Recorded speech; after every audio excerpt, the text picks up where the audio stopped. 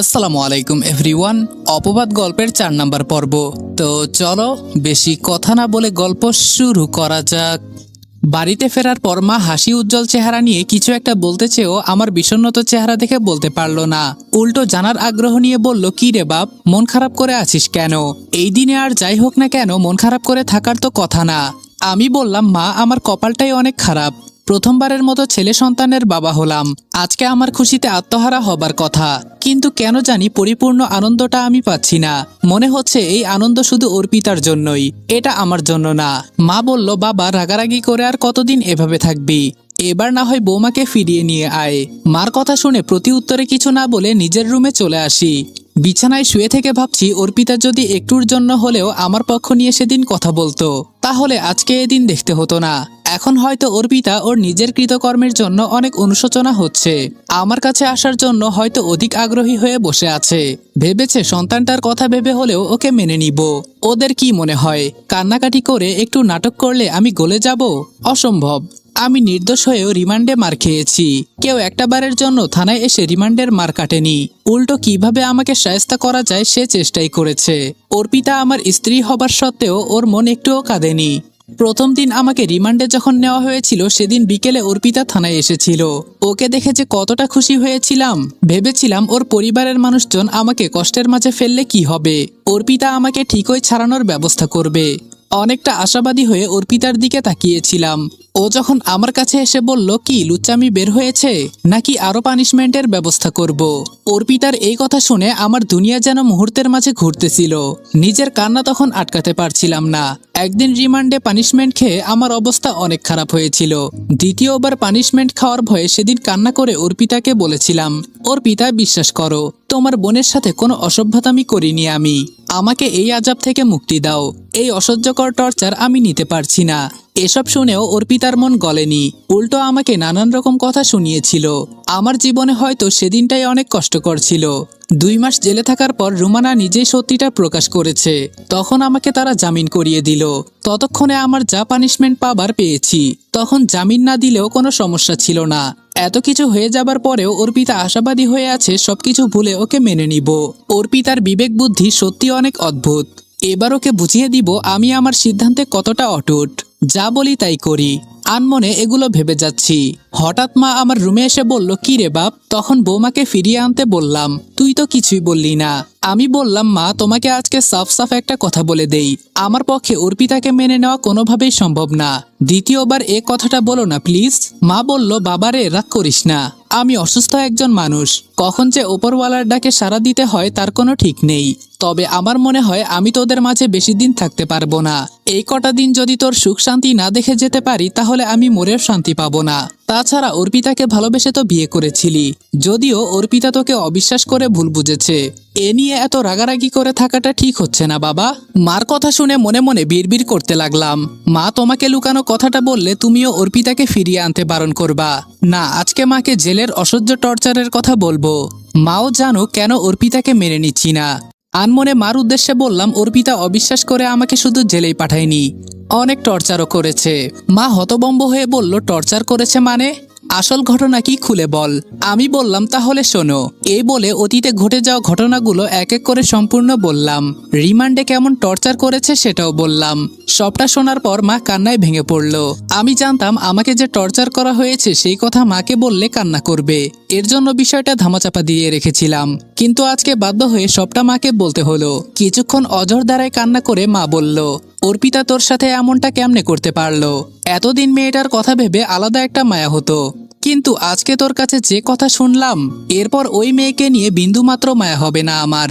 আর হ্যাঁ, এ বিষয়ে তুই যা ভালো ভাবিস তাই করবি। মা এই বলে রুম থেকে চলে গেল। অর্পিতার কৃতকর্ম শুনে মা অনেকটা রেগে গেছেন। অর্পিতা স্ত্রী হয়ে যা করেছে তা ক্ষমার অযোগ্য। আমার জায়গায় অন্য কেউ হলে জেল থেকে বের হয়ে ডিভোর্স পেপার পাঠিয়ে দিত, আমিও সেটাই করতাম। দুর্ভাগ্যবশত ও অন্তঃসত্ত্বা ছিল, নইলে সেদিন ওই ডিভোর্স দিয়ে দিতাম। এভাবে আমার দিনগুলো কোনোরকম কেটে যাচ্ছিল। মাঝে মধ্যে নিজের ছেলেকে দেখতে ভীষণ মন চাইতো। উপায় না পেয়ে অর্পিতার বান্ধবী নিতুর সাথে যোগাযোগ করে ভিডিও কলে দেখতাম। অর্পিতা যখন নিতুর হাত থেকে ফোন নিয়ে আমার সাথে কথা বলতে চাইতো, তখন কোনো কথা না বলে ফোন কেটে দিতাম। এভাবে চলতে চলতে নিজের কাছে অনেকটা বিরক্ত হয়ে গেলাম। পরিশেষে মনের সব দ্বিধা ভেঙে 3 মাস পর অর্পিতার বাড়িতে ডিভোর্স পেপার পাঠিয়ে দিলাম। একদিন পর নিতু এসে একটা চিঠি হাতে দিয়ে বলল, ভাইয়া আপনার জন্য অর্পিতা এই চিঠি পাঠিয়েছে, চিঠিটা আবার না পড়েই ছিঁড়ে ফেলিয়ে দিয়েন না। নিতু এটা বলে চলে গেল। চিঠির মোড়ানো ভাঁজ খুলে পড়তে লাগলাম। চিঠিতে লেখা, কেমন আছো প্রিয়? নিশ্চয়ই ভালো আছো, তবে আমি ভালো নেই। কালকে যখন তোমার পাঠানো ডিভোর্স পেপার দেখলাম, তখন আমার দুনিয়াদারি যেন মুহূর্তের মাঝে উলটপালট হয়ে যাচ্ছিল। মনে হচ্ছিল পরিশেষে তোমাকে সারা জীবনের জন্য হারিয়ে ফেললাম। এ কথা ভেবে কতক্ষণ যে কান্না করেছি তা নিজেও জানি না। মন চাচ্ছিল তোমার ওখানে ছুটে আসি, একটুর জন্য হলেও সামনাসামনি কথা বলি, কিন্তু সাহসে কুলাচ্ছিল না। অবিশ্বাস করে যে তোমার সঙ্গে অনেক বড় অন্যায় করেছি, তা সত্যিই ক্ষমার অযোগ্য। নিজের বোনটা যে আমার ভালোবাসার সংসারটা ভেঙে ফেলবে তার দুঃস্বপ্নেও ভাবিনি। যেদিন ও নিজের মুখে স্বীকার করলো সবটাই সাজানো মিথ্যা নাটক ছিল, তখন অনুতপ্ত অনুশোচনায় এক মৃত্যু সমান কষ্ট হচ্ছিল, যা বাহিরের কাউকে দেখাতে পারছিলাম না। নিজের কাছেই শেষ হয়ে যাচ্ছিলাম। তখন আমার কষ্টগুলো নিবারণ করার পথ ছিল কান্না। কান্না ছাড়া আমার আর কোনো পথ জানা ছিল না। আমার কান্নাকাটি দেখে অনেকেই সান্ত্বনা দিয়ে বলতো, আমাকে মেনে না নিলে কি হবে, আমার সন্তানটার কথা ভেবে হলেও মেনে নিবে। তাদের কথা শুনে মনে কিছুটা স্বস্তি পেতাম। হাসপাতালে যখন তোমাকে দেখলাম, তখন কতটা যে খুশি হয়েছিলাম তা বলে বোঝাতে পারবো না। মনে হয়েছে আমার ছেলেটার জন্য হলেও আমাকে মেনে নিয়েছো, পরক্ষণে আবার ছেলেকে নিয়ে যাওয়ার জন্য পাগলামি করলে। তখন পুরোপুরি বুঝে নিলাম তোমার পক্ষে আমাকে মেনে নেওয়া সম্ভব না। এতদিন শুনে এসেছি মা হওয়া নাকি আনন্দের ব্যাপার। আমিও অনেক আনন্দিত হয়েছিলাম, কিন্তু তোমাকে পাশে না পেয়ে আনন্দটা পরিপূর্ণভাবে পাইনি। মনের কোণে এই একটা কষ্ট রয়ে গেল। সে যাই হোক, আমাকে যখন মেনে নিতে পারছো না, তো ডিভোর্স দেওয়ার প্রয়োজন নেই। আমি কখনো তোমার সামনে স্ত্রীর অধিকার নিয়ে দাঁড়াবো না। তোমার নতুন জীবন সঙ্গিনীর প্রয়োজন হলে আরেকটা বিয়ে করতে পারো, আমি তোমাকে বাধা দিব না। ছেলেটা যদি না থাকতো তাহলে তোমার খুশির জন্য হলেও ডিভোর্স পেপারে সাইন করে দিতাম, কিন্তু ছেলেটার ভবিষ্যতের দিকে তাকিয়ে ডিভোর্স পেপারে সাইন করতে পারলাম না। মানুষ তো একই স্ত্রী রেখে আরেকটা বিয়ে করে, তুমিও তাই করো। আমি না হয় দূর থেকে ভাববো সতীন নিয়ে ঘর করছি, আমার কথা হয়তো ভুলেই যাবা, কিন্তু আমার ছেলেটার কথা ভুলে যেও না। ওর শরীরে তো তোমারই রক্ত বইছে। যাই হোক, অনেক কথা বলে ফেলেছি, আর কিছু বলতে চাই না। তুমি হয়তো আবার রেগে যাচ্ছ। ভালো থেকো, আল্লাহ হাফেজ। ইতি তোমার ঘৃণিত স্ত্রী অর্পিতা। এতক্ষণ চিঠিটা পড়ে ক্ষণিকের জন্য অন্যরকম হয়ে গিয়েছিলাম। মনে হচ্ছে সবকিছু ভুলে অর্পিতাকে আবার ফিরিয়ে নিয়ে আসি, কিন্তু আগেকার কষ্টকর দিনগুলোর কথা ভেবে মুহূর্তের মাঝে রাগ উঠে গেল। একটানে চিঠি ছিঁড়ে টুকরো টুকরো করে ফেললাম। মন বলছে অর্পিতা যদি আমাকে কষ্টের মাঝে ফেলে চলে আসতে পারে, তাহলে আমি কেন পারবো না? ও আমাকে মাস দেড়েক কষ্টের মধ্যে রেখেছিল, ওকে আমি সারা জীবনের কষ্টের মাঝে রাখবো, প্রয়োজনে আরেকটা বিয়ে করব। ও তো নিজেই চিঠির মধ্যে লিখেছে, আমি ওর ইচ্ছা পূরণ করব। আনমনে ভেবে যেই বাজারের উদ্দেশ্যে বের হব, এমন সময় লক্ষ্য করলাম মা আমার দিকে তাকিয়ে আছেন। কিছুটা থতমত খেয়ে বললাম, মা কিছু বলবা? মা আমার কথা শুনে জিজ্ঞাসা দৃষ্টিতে তাকিয়ে বলল, কিছুক্ষণ আগে এটা কিসের চিঠি? মা আমার কথা শুনে জিজ্ঞাসা দৃষ্টিতে তাকিয়ে বলল, কিছুক্ষণ আগে এটা কিসের চিঠি মন লাগিয়ে পড়লি? আবার রেগে মেগে ছিঁড়ে টুকরো টুকরো করে উড়িয়ে দিলি। আমি বললাম, না মানে অফিস থেকে একটা লেটার আসছিল, এই আর কি। মা বলল, আমার কাছে কথা লুকাস না, বল কিসের চিঠি ছিল? আমি বললাম, অর্পিতা চিঠি পাঠিয়েছিল, চিঠিতে অনেক ইমোশনাল কথাও লিখেছে। লিখলে কি হবে, আমি তো ওর কথাই গলে যাচ্ছি না। ওর প্রতি আমার এখন কোনো ভালোবাসা নেই। ওর হাজারটা ইমোশনাল কথার 4 আনা মূল্য আমার কাছে নেই। এতটা ঘৃণা করি আমি ওকে। খারাপ ব্যবহার শুধু ওরা একাই করতে পারে না, আমিও করতে পারি। তাছাড়া আমি এতটাও ভালো বান্দা না যে সকল আঘাত মুখ বুজে সহ্য করে যাব। সবশেষে ওকে আবার কাছে টেনে নিব। মা বলল, তো এখন কি করবি? আমি বললাম, আরেকটা বিয়ে করব, তাও 1 সপ্তাহের মধ্যে। মা বলল, কি আবল তাবল বকছিস? তোর ছেলেটার কি হবে? আর পাড়ার প্রতিবেশীরা কি বলবে? আমি বললাম, বাহিরে মানুষজনেরা কি বলল না বলল তার কথায় আমার মাথা ব্যথা নেই। আমার জ্বালা আমি বুঝি, ওরা তা বুঝবে না। মা বলল, ঠিক আছে, তোর মনে যা চায় তুই তাই কর। মা এই বলে কিছুটা রেগে তার রুমে চলে গেল। মা হয়তো মনে মনে চেয়েছিল অর্পিতাকে যেন ফিরিয়ে আনি, কিন্তু মুখ ফুটে প্রকাশ করলো না। আজকে মার রাগ দেখে কিছুটা আন্দাজে আসছে। যাই হোক, অত ভেবে নিজের মাথা খারাপ করতে পারবো না। অনেক ভেবেছি, আর না। এবার অর্পিতাকে দেখিয়ে দিব আমার সিদ্ধান্তে আমি কতটা অটুট আছি। এ ভেবে আরেকটা বিয়ে করার সিদ্ধান্তে উপনীত হলাম। ডিভোর্স লেটার পাঠিয়ে দেওয়ার পরিপ্রেক্ষিতে অর্পিতা চিঠিতে এত কিছু লিখেছে। সে যাই হোক, আমার আরেকটা বিয়ে করাতে অর্পিতার আপত্তি যদি নাই থাকে, তাহলে আরেকটা বিয়ে করলে আমার সমস্যা কি? অর্পিতাও খুব ভালোভাবে বুঝে গেছে ওকে মেনে নিব না। এর জন্য নিজ থেকে এসব বলেছে। তারপর এক সপ্তাহের মধ্যে মেয়ে দেখার পর্ব শেষ করে ফেললাম। আমাদের পাশের এলাকার জাবেদ কাকার মেয়ে মাইশাকে নিজের দ্বিতীয় স্ত্রী হিসেবে সিলেক্ট করলাম। মেয়েটা দেখতে শুনতে নম্রভদ্র, সব দিক থেকে ভালো। বিয়ের দিন তারিখও ঠিক করে ফেললাম। যেদিন মাইশাকে দ্বিতীয় স্ত্রীর মর্যাদা দিয়ে নিজের বাড়িতে তুলব, সেদিন অনাকাঙ্ক্ষিতভাবে যে অর্পিতা আমার বাড়িতে আসবে তা কখনো আশা করিনি।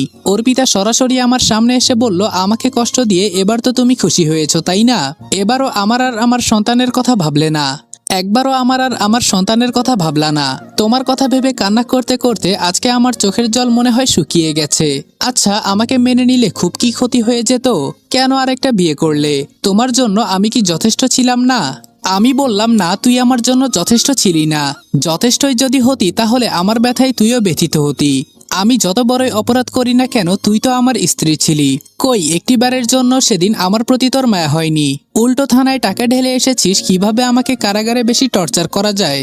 উল্টো থানায় টাকা ঢেলে এসেছিস কিভাবে আমাকে কারাগারে বেশি টর্চার করা যায়, তাই না? পুলিশ অফিসার নিজে আমাকে বলেছে। এসব কি মিথ্যা? অর্পিতা নিশ্চুপ হয়ে কান্না করে যাচ্ছে। আমি যদি সত্যি তোর বোনের সাথে অসভ্যতামি করতাম, তাহলে আমাকে হাজার টর্চার করলেও কোনো আপত্তি ছিল না। নির্দোষ হয়ে আমাকে টানা 3 দিন কারাগারে টর্চার সহ্য করতে হয়েছে। সত্যটা যখন প্রকাশ হলো, তখন আমার জন্য তোদের সকলের ভালোবাসা একবারে উথলে পড়লো, তাই না? এসব ন্যাকামি এবার বন্ধ কর। অনেক হয়েছে, আর না। আমি কোনো খেলার পুতুল না যে যখন যা ইচ্ছা হবে তাই করবি। আর হ্যাঁ, আমি 100টা বিয়ে করলেও কি হবে? আমার সন্তানকে আমি ছাড়ছি না, কথাটা মাথায় রাখিস। এবার আমার চোখের সামনে থেকে দূর হ। অনেক রাগান্বিত হয়ে কথাগুলো এক নিমিষেই বলে ফেললাম। এসব শোনার পর হঠাৎ অর্পিতা আমাকে খুব শক্ত করে জড়িয়ে ধরলো। ওর কাণ্ড দেখে নির্বাক দৃষ্টিতে তাকিয়ে রইলাম। কণ্ঠনালী থেকে যেন কোনো শব্দ উচ্চারণ করতে পারছি না। ওর চোখ থেকে টপ টপ করে অশ্রুকণা আমার পাঞ্জাবিতে পড়ছে। কেমন জানি একটা অদ্ভুত অনুভূতি হচ্ছে। এই অনুভূতি কেন হচ্ছে আমি নিজেও বুঝতে পারছি না। অর্পিতা ফুপিয়ে কান্না করে বলল, আমি আর তোমার সামনে আসবো না। তোমার নতুন জীবন সঙ্গিনীকে নিয়ে সুখে শান্তিতে থাকো, এই দোয়া সবসময় করব। তোমাকে তো আজকে সারা জীবনের মতোই হারিয়ে ফেললাম। এবার আমার সন্তানকেও যদি কেড়ে নাও, আমার আত্মহত্যা করা ছাড়া আর কোনো উপায় থাকবে না। অর্পিতা এটা বলে হাতের উল্টো পিঠে জল মুছে নিল। তারপর বলল, আমি আমার ছেলের মুখের দিকে তাকিয়ে সারা জীবন পার করে দিতে পারবো। আমাকে ডিভোর্স দেওয়ার প্রয়োজন নেই। তোমার নতুন স্ত্রীকে নিয়ে তুমি সুখে শান্তিতে থেকো। আমি তোমার লাইফে বিরক্ত করতে আসবো না। আর হ্যাঁ, আমাকে যদি একবারে মেরে ফেলার ইচ্ছে থাকে, তাহলে আমার ছেলেকে কেড়ে নিও। অর্পিতা এই বলে অশ্রুকণা ঝরাতে ঝরাতে চলে গেল। ওর এমন ধারা কাণ্ড দেখে অবাক দৃষ্টিতে তাকিয়ে রইলাম। ক্ষণিকের জন্য কেমন জানি ঘোরের মধ্যে পড়ে গেলাম। 2 হাত দিয়ে নিজের মাথা চেপে সোফায় বসে পড়লাম। আমার জীবনে খুব যদি খারাপ আর বাজে মুহূর্ত হয়ে থাকে, তাহলে আজকের দিনটা আমার জীবনের ইতিহাসের পাতায় প্রথম স্বর্ণ অক্ষরে লিপিবদ্ধ হয়ে থাকবে। একদিকে আমার ইগো, আরেকদিকে অর্পিতার ইমোশন। দুইটার মাঝে আমার ইগো জিতে গেল। কিছুক্ষণ সোফায় বসে আনমনে ভাবছি। এমন সময় আমার কাঁধে কে জানি হাত রাখলো। লক্ষ্য করলাম মা আমার দিকে ছলছল দৃষ্টিতে তাকিয়ে আছে। মার তাকানো দেখে বুঝে নিলাম বড়সড় কোনো অপরাধ করে ফেলেছি। সত্যিই কি অপরাধ করেছি? হ্যাঁ, রাগের বশে আমি অপরাধ করেছি। নিজের বিবেকের কাছে প্রশ্ন করলাম। তারপর অপরাধী কণ্ঠে মাকে বললাম, মা, অর্পিতার সঙ্গে খুব কি বড় অন্যায় করে ফেললাম? মা বলল, হ্যাঁ, মেয়েটার সঙ্গে বড্ড অন্যায় করে ফেললি। অর্পিতার উপর রাগ দেখিয়ে আরেকটা বিয়ে করা তোর সম্পূর্ণ ভুল সিদ্ধান্ত। আমি নিশ্চুপ। মা বলল, আমার দিনও ফুরিয়ে আসছে বাবা, বেশি দিন হয়তো থাকবো না। তবে আজকে তোকে দুটো কথা বলি, শোন। হুটহাট কখনো সিদ্ধান্ত নিবি না, আর রাগের মাথায় কখনো সিদ্ধান্ত নিবি না। এই 2 সময়ের মাঝে কখনো কোনো সিদ্ধান্ত নেওয়া উচিত না। এই 2 সময়ের মাঝে যারা সিদ্ধান্ত নেয়, তারা বেশিরভাগ সময় ভুল পদক্ষেপ নেয়। সুতরাং আমি তোর মা হয়ে উপদেশ দিচ্ছি, আর কখনো 2 সময়ের মাঝে কোনো সিদ্ধান্ত নিবি না। হয়তো একটা ভুল সিদ্ধান্তের কারণে জীবন বরবাদ হয়ে যেতে পারে। আর হ্যাঁ, বিচার এক পক্ষ নিয়ে করলে হবে না, অর্পিতার দিকেও তোর দেখতে হবে। দ্বিতীয় বিয়ে যখন করেই ফেলেছিস, তখন ছেলেটার কথা ভুলে যাস না। এমন সুযোগ করে দিবি যাতে ওর মার কাছেও থাকতে পারে, আবার তোর কাছেও থাকতে পারে। এই সুযোগটা তোর ছেলেটার জন্য করতে পারবি না? আমি বললাম হ্যাঁ পারবো মা। মা বলল অর্পিতা তোর স্ত্রী হয়ে যে বেইমানিটা করেছে তার শাস্তিও দ্বিগুণ পেয়েছে। এখন কথা হচ্ছে নতুন স্ত্রীকে পেয়ে তোর ছেলেটার সাথে অবিচার করিস না, ওর প্রাপ্য অধিকার ওকে দিস। আমি বললাম হ্যাঁ অবশ্যই দিব, ওর প্রতি আমার কোনো রাগ ক্রোধ নেই। মা বলল ঠিক আছে, এখন তোর নতুন স্ত্রীর সাথে কথা বল। আমি বললাম আচ্ছা। মার সাথে কথা বলা শেষ করে মাইশার কাছে গেলাম। দরজায় আসা মাত্র মাইশা কিছুটা নড়ে চড়ে বসলো। বিছানায় বসা মাত্র মাইশা আমার দিকে জিজ্ঞাসা দৃষ্টিতে তাকিয়ে উচ্চকণ্ঠে বলল, আপনি সত্যি একজন খারাপ মানুষ। আপনার আগের স্ত্রী সন্তান থাকা সত্ত্বেও আমাকে কেন বিয়ে করেছেন? মাইশার এমন ধারা কথা শুনে নির্বাক দৃষ্টিতে তাকিয়ে রইলাম। এ মুহূর্তে কি বলা উচিত তা আমার মাথায় খেলছে না। এমনিতেই মন খারাপ হয়ে আছে, তার উপর মাইশার এসব কথা। আমি কিছু না বলে নিশ্চুপ হয়ে রইলাম। কিছুক্ষণ পর মাইশা বিরক্ত হয়ে বলল, কি দরকার ছিল এমনটা করার? আপনি প্রথম স্ত্রীকে নিয়ে তো থাকতে পারতেন, মাঝখানে আমাকে কেন জড়ালেন? আমি বললাম মাইশা এসব এখন তোমাকে বলতে পারবো না, তবে সময় হোক সবটা জানতে পারবে। এখন প্লিজ কথা বাড়িও না, আমার ভালো লাগছে না। আমার বিরক্ত মাখা কথা শুনে মাইশা কিছু বলল না, আমার থেকে মুখ ফিরিয়ে রইল। যদিও অর্পিতার উপর রাগ দেখিয়ে মাইশাকে বিয়ে করেছি, এতে আমি যে মহাখুশি বা আনন্দিত হয়েছি ব্যাপারটা মোটেও এমন না। পরিশেষে আমার বিবেকে নাড়া দিয়ে উঠেছে, অর্পিতার সাথে আজও একটু বেশি করে ফেলেছি। তবে সাংসারিক জীবনে যে স্ত্রীর উপর বিশ্বাস ভালোবাসা উঠে গিয়ে ঘৃণায় পরিণত হয়ে যায়, তখন সেই স্ত্রী যতই কান্নাকাটি করে তার ভুল স্বীকার করুক না কেন, তাকে ভালোবাসার আসনে বসানো সম্ভব হয়ে ওঠে না। স্বামী স্ত্রীর মাঝে মান অভিমান ঝগড়াঝাটি হবে, তার মীমাংসা হবে, এটা স্বাভাবিক। কিন্তু মাঝে মধ্যে এমন পরিস্থিতি তৈরি হয়ে যায় স্ত্রীকে মেনে নেওয়া তো দূরের কথা, সেই স্ত্রীকে দেখতেই পারে না। অর্পিতাকে ভালোবেসে বিয়ে করেছিলাম, 1 বছর সংসারও করেছে। আমি কেমন ওর নিশ্চয়ই ভালো করে জানা আছে। আফসোস আমাকে কাছে পেয়েও চিনতে পারলো না। সাধারণ ওর বোনের একটা মিথ্যে কান্নায় ও সত্য মিথ্যা যাচাই বাছাই করার কোনো প্রয়োজন বোধ মনে করলো না, আমাকে জেলে পাঠিয়ে দিল। অর্পিতার বাবা তখন আমাকে এমনিতে দেখতে পারতো না, তার উপর রুমানার মিথ্যা কথা শুনে ভালোই আমার উপর খেপে গিয়েছিল, যার দরুন এত কিছু হয়ে গেল। তবে সবচেয়ে ভালোবাসার মধুর সম্পর্ক যদি হয়ে থাকে তা হচ্ছে স্বামী স্ত্রীর সম্পর্ক। সেই ভালোবাসার স্ত্রীটা যদি অন্য পক্ষ নিয়ে স্বামীকে সাহায্য করার জন্য উঠে পড়ে লাগে, তাহলে সে আপনার যতই ভালোবাসার স্ত্রী হোক কেন, সেই স্ত্রীর প্রতি আপনার বিন্দুমাত্র ভালোবাসা বা ভালো লাগা থাকবে না, থাকবে শুধু রাগ আর ঘৃণা। যেমনটা এখন অর্পিতার উপর আমার রাগ আছে। সত্য কথা কখনো গোপন থাকে না, তা কোনো না কোনোভাবে প্রকাশ হবেই। আর যখন মিথ্যা অপবাদে কাউকে শুধু শুধু কারাগারে টর্চার করা হয়েছে জানলে যত বড়ই পাষাণ হোক না কেন, তাদের অনুশোচনা অনুতপ্ত হবে। এমনটা হয়েছে অর্পিতা সহ ওর পরিবারের। সে যাই হোক, ওরা কান্নাকাটি করুক কিংবা হাসুক, তাতে আমার কিছু যায় আসে না। এবার চলুন আমার দ্বিতীয় স্ত্রী মানে মাইশার কথায় আসি।